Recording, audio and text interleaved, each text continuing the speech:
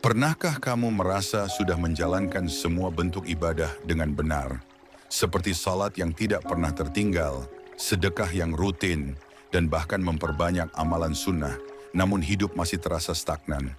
Seakan-akan rezeki itu selalu berada satu tikungan di depanmu. Tapi setiap kali kamu belok, rezeki itu sudah pindah ke arah lain. Lalu kamu mulai bertanya-tanya, apa ini memang belum waktunya? Atau bahkan lebih ekstrim, jangan-jangan ini bukan ujian, tapi tanda bahwa aku sudah tidak disayang Tuhan. Padahal bisa jadi bukan Tuhan yang menjauh, tapi kamu yang tidak berada pada frekuensi yang tepat. Seperti radio yang hanya perlu digeser sedikit agar kembali jernih suaranya, hati kita pun begitu. Sinyal ilahi tidak pernah hilang, tapi posisi batin kita yang membuatnya tidak tertangkap. Dan dalam Islam, rezeki adalah bentuk rahmat, bukan hasil dari pemaksaan logika dunia. Di zaman sekarang, banyak dari kita lebih sibuk mengoleksi motivasi daripada menyucikan niat. Padahal dalam Islam yang hakiki, Allah menjanjikan kecukupan kepada siapapun yang benar-benar bertawakal, bukan kepada mereka yang semata-mata berambisi. Tapi realitanya banyak orang berkata, saya sudah tawakal, padahal hatinya masih menggenggam rasa takut, khawatir, dan tidak percaya pada janji Tuhan. Vibrasi semacam inilah yang membuat sinyal ilahi tak tersambung. Maka dari itu, penting bagi kita untuk belajar menyelaraskan antara ibadah, lahir, dan ketenangan batin. Untuk kamu yang ingin menyelami lebih dalam tentang keselarasan hidup, mari dukung dan subscribe channel ARS Pandangan Hidup. Channel ini hadir bukan untuk sekadar memotivasi, tetapi membimbingmu menyelaraskan hati, pikiran, dan spiritualitas agar rezeki mengalir dari arah yang tak disangka-sangka. Tinggalkan komentar tentang perjalanan spiritualmu, karena bisa jadi pengalamanmu akan jadi sinyal cahaya bagi yang lain. Salah satu kesalahan besar dalam memahami konsep rezeki adalah menyamakan antara kerja keras dan kepastian hasil. Banyak orang bekerja keras dari pagi hingga malam, namun merasa hasilnya tetap tidak sesuai harapan. Lalu mereka mulai bertanya-tanya, di mana letak keadilan Tuhan? Padahal dalam Al-Quran disebutkan bahwa Allah tidak akan mengubah keadaan suatu kaum sampai mereka mengubah apa yang ada dalam diri mereka sendiri. Jadi, yang harus diubah terlebih dahulu adalah isi hati, pola pikir, dan keyakinan terdalam. Banyak dari kita menjalankan ibadah hanya sebagai rutinitas, bukan sebagai koneksi spiritual yang penuh kesadaran. Akibatnya, doa yang kita panjatkan tidak memancar dari kedalaman hati, melainkan hanya sekadar rangkaian kata tanpa getaran. Disinilah letak permasalahannya. Kita bicara kepada Tuhan, tapi hati kita tidak berada dalam ruang yang sama dengan frekuensi ilahi. Maka, kita perlu belajar menyucikan batin terlebih dahulu, agar bisa menangkap sinyal langit. Ibadah yang baik tidak hanya tampak dari luar. Mengenakan pakaian syar'i, rajin ke masjid, dan aktif dalam kegiatan keagamaan memang baik, namun bukan jaminan bahwa hati seseorang benar-benar jernih. Banyak orang yang terlihat soleh atau solehah, tapi dalam hatinya masih menyimpan iri, dendam, ketakutan, dan rasa tidak pantas. Semua itu adalah bentuk noise batin yang merusak frekuensi spiritual. Ibarat antena yang rusak, hati yang bising tidak akan mampu menangkap sinyal dari langit. Tak peduli seberapa kuat sinyal itu dipancarkan. Maka tugas kita adalah memperbaiki kualitas hati, bukan hanya memperindah tampilan luar. Rezeki tidak datang hanya karena kita meminta, tapi karena kita sudah siap menerimanya, baik secara mental, emosional, maupun spiritual. Ini bukan tentang memanipulasi takdir, tapi tentang menyelaraskan diri dengan kehendak Tuhan. Dan itu hanya mungkin jika hati kita bersih, jujur, serta bebas dari kecemasan yang berlebihan terhadap dunia. Sekarang, mari kita bayangkan bahwa doa adalah sinyal frekuensi, dan Tuhan adalah pusat pemancar tertinggi. Jika receiver kita, yakni hati, dalam kondisi rusak, maka sekuat apapun doa kita, hasilnya akan tetap kosong. Kita bisa menangis dalam doa, memohon dengan suara bergetar, namun bila hati tidak percaya, doa itu hanya menjadi ritual kosong. Banyak orang lebih percaya pada statistik, ramalan keuangan, atau testimoni manusia daripada pada janji Tuhan yang tertulis jelas dalam kitab suci. Mereka menyebut dirinya beriman, tapi dalam batin masih ada keraguan. Hal inilah yang membuat doa menjadi terputus. Maka tugas kita bukan hanya memperbanyak doa, tapi memperbaiki receivernya. Kita perlu mendengar suara batin, menyadari apakah selama ini kita benar-benar yakin atau hanya berharap secara teori. Keyakinan sejati itu tenang, tidak panik, dan tidak tergesa. Ia diam, namun mantap. Dan hanya dalam ketenangan itulah, sinyal dari langit bisa ditangkap dengan sempurna. Saat ini kita hidup di zaman yang serba cepat, serba ingin instan.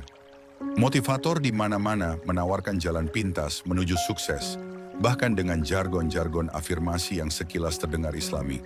Tapi sangat sedikit yang mengajarkan kita bagaimana cara mendengar suara batin, menyelaraskan niat dengan spiritualitas, dan menyucikan hati dari ambisi duniawi.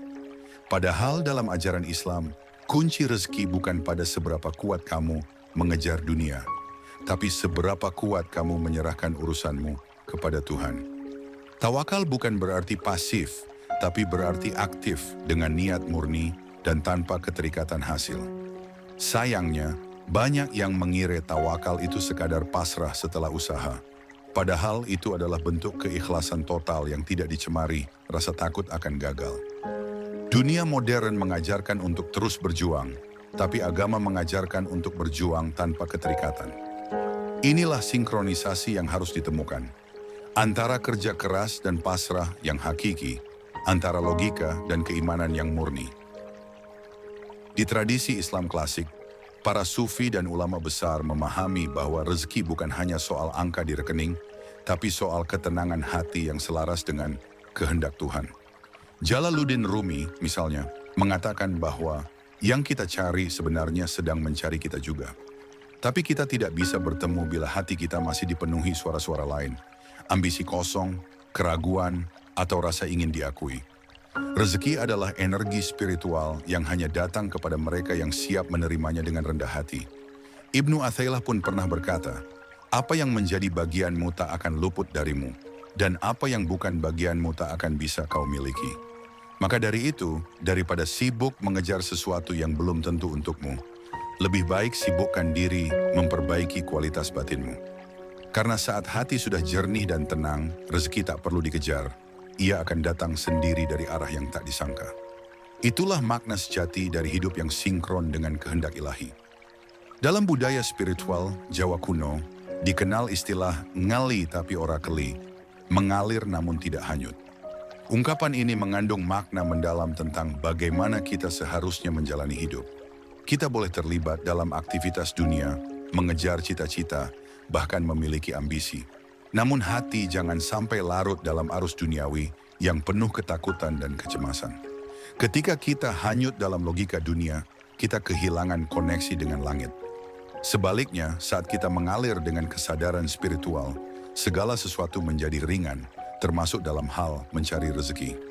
Rezeki yang datang dengan cara ini biasanya lebih barokah, tenang, cukup, dan membawa rasa syukur. Banyak orang hari ini terlalu sibuk menyesuaikan diri dengan algoritma media sosial, namun lupa menyesuaikan diri dengan kehendak Tuhan. Padahal hidup yang paling damai adalah ketika kamu hidup selaras antara bumi dan langit, antara kerja dan doa, antara niat dan vibrasi hati. Disinilah letak keseimbangan yang sejati dan sumber rezeki yang hakiki. Coba renungkan kembali doa-doamu. Apakah kamu benar-benar percaya bahwa Tuhan akan mengabulkan? Atau kamu hanya mengucapkannya karena sudah diajarkan begitu? Dalam banyak kasus, seseorang yang berdoa tanpa kepercayaan penuh sebenarnya sedang mengirim sinyal keraguan, bukan keyakinan.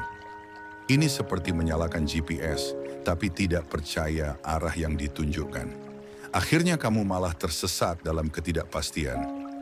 Dalam Islam, Rasulullah SAW mengajarkan bahwa Allah itu sebagaimana prasangka hambanya.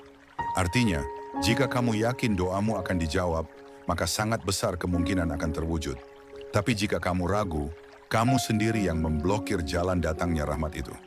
Maka jangan hanya panjatkan doa dengan lisan, panjatkan juga dengan jiwa yang percaya.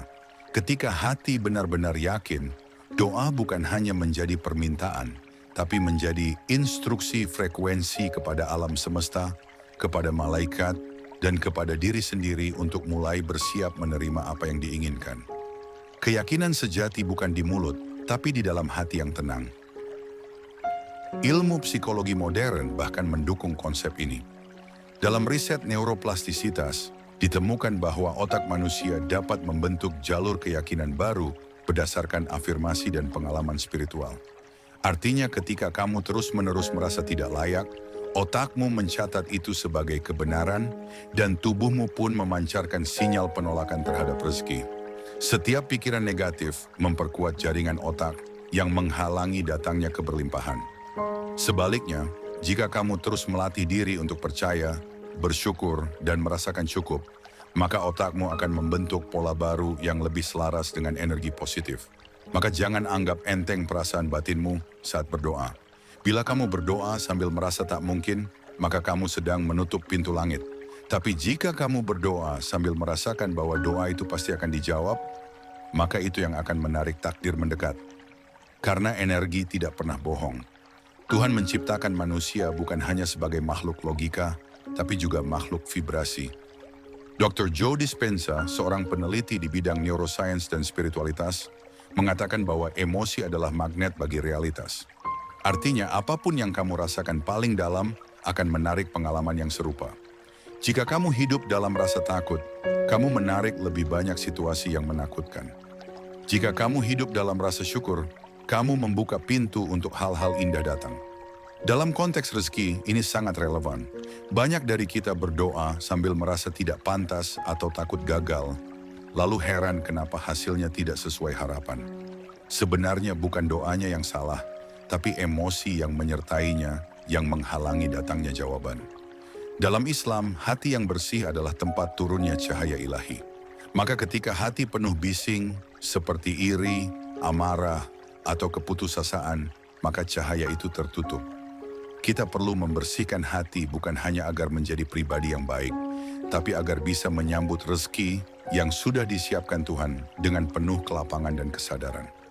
Dalam pandangan fisika kuantum, alam semesta ini terdiri dari partikel-partikel kecil yang semuanya bergetar. Artinya, seluruh hidup ini adalah tentang vibrasi. Pikiran dan perasaan kita pun memancarkan vibrasi.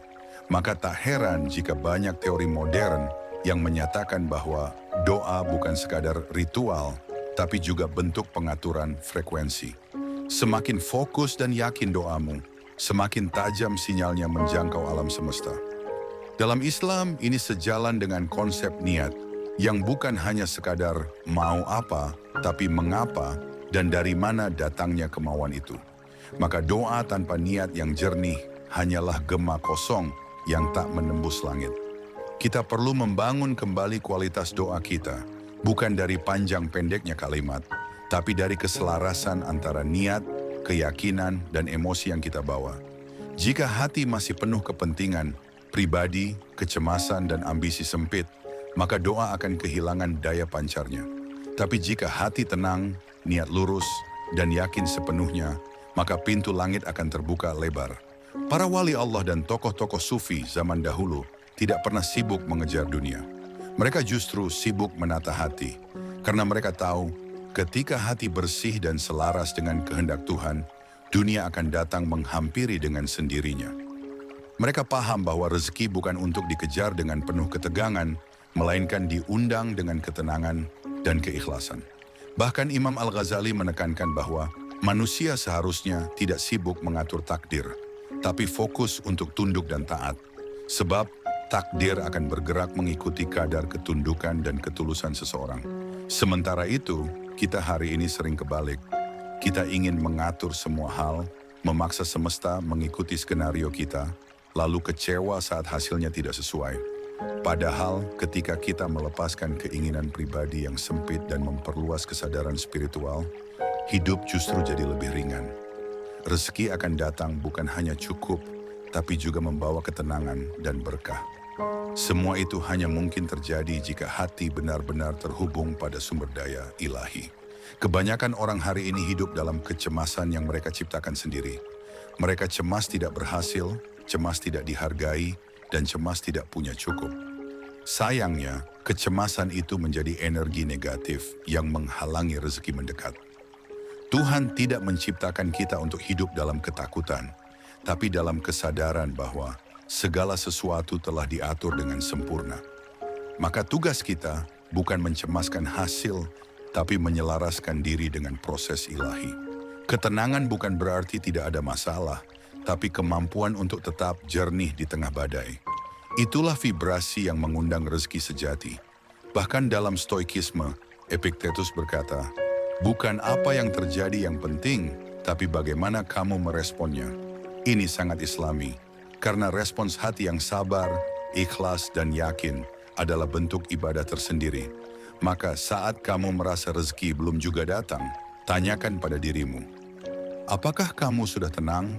Karena rezeki bukan hanya soal kerja keras, tapi soal batin yang tidak menolak karunia-Nya.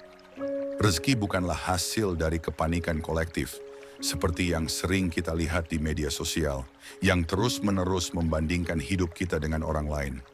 Hari ini kita terlalu mudah merasa gagal hanya karena belum punya pencapaian tertentu.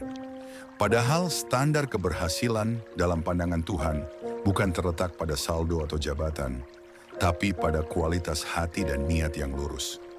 Kita terlalu sibuk berlari di lintasan dunia, sampai lupa berhenti sejenak untuk mendengar suara Tuhan yang berbisik dalam batin.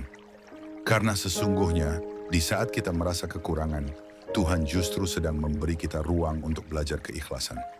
Rezeki yang besar seringkali datang melalui jalan yang tampak kecil, bahkan tertutup.